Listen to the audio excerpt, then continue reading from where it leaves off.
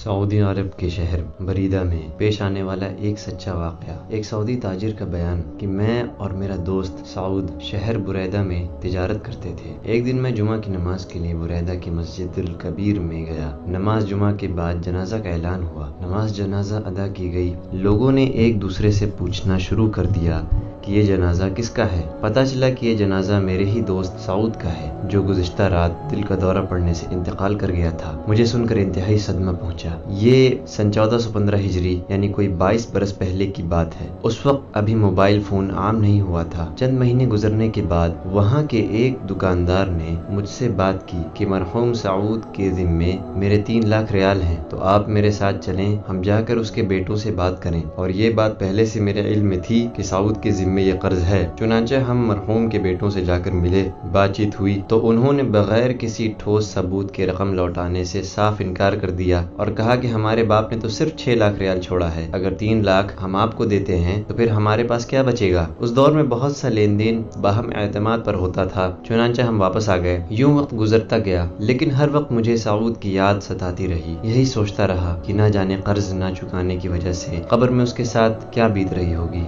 एक दिन मैंने अपने प्यारे दोस्त का कर्ज उतारने का आज़म कर लिया। इस इरादे के बाद फिर मुझे 2 दिन तक नींद नहीं आई। जब भी मैं सोने के लिए आंखें बंद करता तो सऊद का मुस्कुराता चेहरा मेरे सामने आ जाता, गोया वो मेरी मदद का मुंतज़िर हो। तीसरे दिन मैंने अपने आज़म को अमली जामा पहनाते हुए अपनी दुकान सामान समेत फरोख्त कर दी और दीगर जमा पूंजी इकट्ठी की तो मेरे पास 4,50,000 रियाल जमा हो गए। तो फौरन 3 लाख रियाल से दोस्त का कर्ज अदा किया, जिससे मुझे दिली सुकून मिला। इस अदायगी के 2 हफ्ते बाद वही शख्स जिसको मैंने 3 लाख अदा किए थे मेरे पास आया और कहने लगा कि मुझे पता चला है कि आपने अपना सब कुछ बेचकर ये पेमेंट की है, लिहाजा मैं 1 लाख रियाल से दस्तबरदार होता हूँ। ये कहकर उसने 1 लाख रियाल मुझे वापस कर दिया और मार्केट में दूसरे ताजिरों के साथ भी इस वाक़े का तज़किरा किया कि मुखलिस दोस्त ने कमाल की मिसाल कायम कर दी है। चंद दिन गुजरे कि एक ताजिर का फोन आया। उसने पेशकश की कि मेरे पास 2 दुकानों पर मुश्तमिल एक स्टोर है जो मैं आपको बिला मुआवजा देना चाहता हूँ। मैंने उसकी पेशकश को कबूल किया। मजदूर लगाकर दुकानों की सफाई की। इसी दौरान